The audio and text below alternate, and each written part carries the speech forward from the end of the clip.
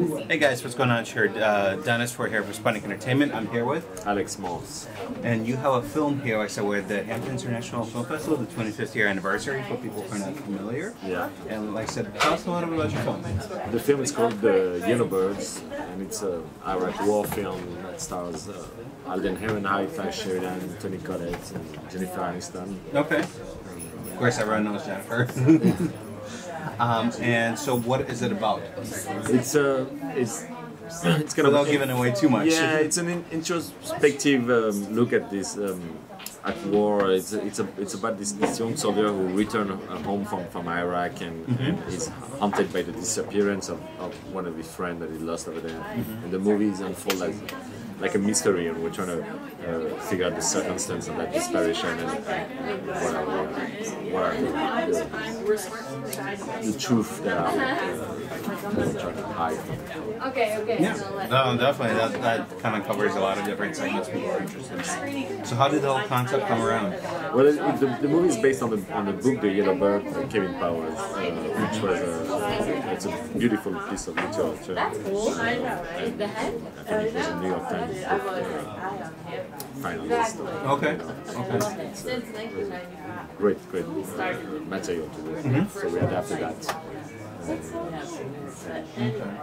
So did you guys try keeping it as original to the book, or did you guys have like some liberties to kind of change something? Yes, it's always it's always a balance in a way. Yeah, when you adapt a book, and especially a book like this one was very it was pretty much a kind of a wandering of this character who turns on with PTSD. So there's a lot of like internal thoughts and things like that. So when you turn it into a film, you usually try to get more into a narrative structure and bring a little bit more tension and things like that. Because so the movie grew in size and developed and expanded.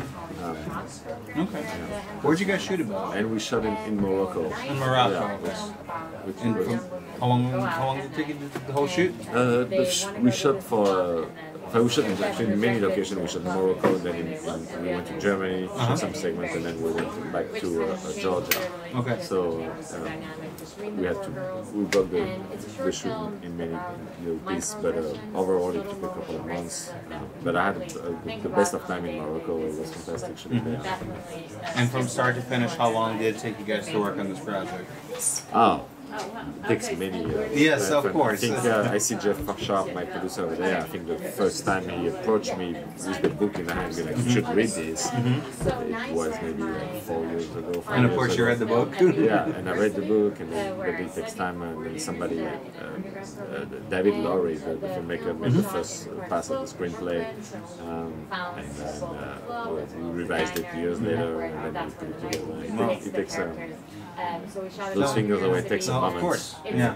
Well, now you can take a kind of now we break. Enjoy it. Now you enjoy it on the big screen. Like I said, we're at the Hamptons International Film Festival. So are you guys doing like a festival run behind it, or what are you guys doing? Yes, that I think the movie will be released probably later in the year, and we've been enjoying to be screened at Sundance earlier in the year, and I had the pleasure of screening it in Deauville over the summer, and this morning we just learned that we won an audience award in the festival, in the Warren Film Festival in France. I woke up to very good news. Yeah, of course. Yeah, you got after all these years of work on it, it's when you get news like that, it always feels good. Yeah. So do you have other festivals besides that one that you're going to be doing, or do you want to concentrate on getting into a release form? I think that we'll do it in both. I think like the movie's going to travel still to Europe. We have a couple more festivals there, and then they'll be at the same time working on release in America. Okay. So for people who want to stay up to date, like wherever it might be screened for different festivals, do you guys have a website behind the film? I think it's more. There's no official website for the movie. So, social media, or do you guys have anything behind it? Like, I'm just wondering how can people stay up to date to the schedule of it? I think they communicate. The producer communicate on per event base. Okay. So, but then, have you guys decided do you want to do like digital distribution, physical? Do you guys talk about what you guys want to do with The screen, definitely theater? But then like probably like iTunes or something along those lines. Everybody goes, you know, you always end up in iTunes. Of course, everything is ends up in iTunes. For me, it's very important that, you know, the movie being enjoyed on the screen. Yeah, first. of course. It makes a huge difference. I've seen the movie again in Deauville, like over the summer, when 1,500 people sit screen, and it just the collective experience, you know, it just blows you away. Of course, it's like hundreds of people lining up, taking time out of their day to go do this and see your film out of everything. And everybody holding their breath, and you know, there's a collective experience that is especially for a difficult film like War. I found there's something special that happens when you see it with an audience. And that's why it's like one of those experiences that a movie theater always provides versus seeing at home. Is like you're there with everybody else experiencing, not just in your living room watching it on your own TV and privacy behind it. Also, one of the biggest questions we like to ask is that part of our audience are aspiring people who want to break into the industry, and I'm sure over your career you're obtaining a lot of advice that you can pass on to the future generation. But if you had to kind of reach out and grab the most crucial advice that you carry with you on a daily basis, what would it be? Well, I didn't get so many advice because I pretty much was self-taught in many of the what comes on to film aspect. But it's very simple. I only have one advice: is that you have to go out and make film. Just go out and do it. Never.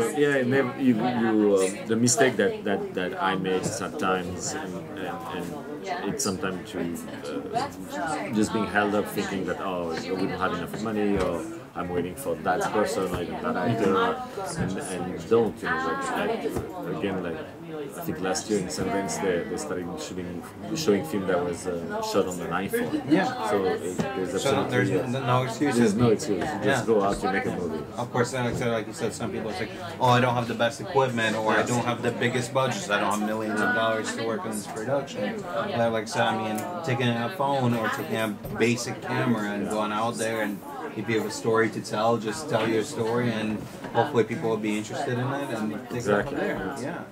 And also, we like to kind of speculate a little bit.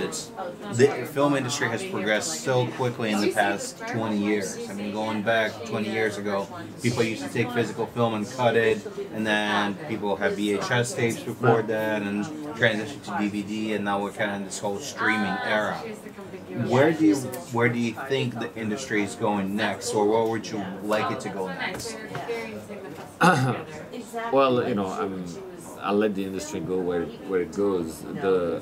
It's not going to listen to you. Yeah, it's not going to listen to the little people yet. But as I say, like I'm still very much attached in the collective experience of going to the theater. I think it's still and I'm like everybody else, you know, like a family and kids, and it's always complicated. But even the more it's harder, and I enjoy a lot of film at home, the more, like, you know, I carefully pick the one I'm gonna go and see in theaters, and it's always quite an experience. So I cherish that, and I'm glad. I live in Brooklyn, and it's something very interesting that happened in recent year. Even though people are saying, people are always saying that movies are in trouble. You know, they've been saying that for the past 100 years. But in Brooklyn, there's actually more and more theater that are opening. In my neighborhood, there's like 2 theaters that are open. You know, whenever else we hear about theater that close, so that's very encouraging. So you don't think that's going to die off in the near future? But maybe it dies in some form, but it's reborn in some other. But again, I still think there's people still cherish that. And passionate about the whole experience behind going to a movie theater. There is something unique. The difference now, like they give you a whiskey, you can, in Brooklyn imagine you can drink while watching a movie. Yeah. So that's They they have have to all- adapt. You can to the crowd. you can order food, you can Yeah. drink in the movie theaters nowadays. Yeah. So, but of course, there's nothing replaceable to actually go into a traditional movie theater, having that experience, being with a community of other people who are interested in seeing that. Absolutely. So, but besides, like I said, you're working, like I said, touring with this film a little bit. What's coming up next for you? Oh, I'm always working, so I'm writing another screenplay with the same screenwriter, Ronald Bartle, and I have always like many projects. One thing I've learned is have more than one project in your pockets. Okay, so you're constantly on the go, constantly keeping busy. Everything. Yeah. So, is there a way people can stay in touch with you and your projects? I have a website, so they can see the latest stuff I do. Just Google my name. Okay, and they'll come up with your website. So, and I'm sure, like I said, they'll see this film, and of course they're gonna love to kind of stay in touch with your other upcoming projects. But, so I appreciate you having a few minutes to sit down with us, and like I said, enjoy the rest of the festival, and good luck with the rest of the touring and then everything else.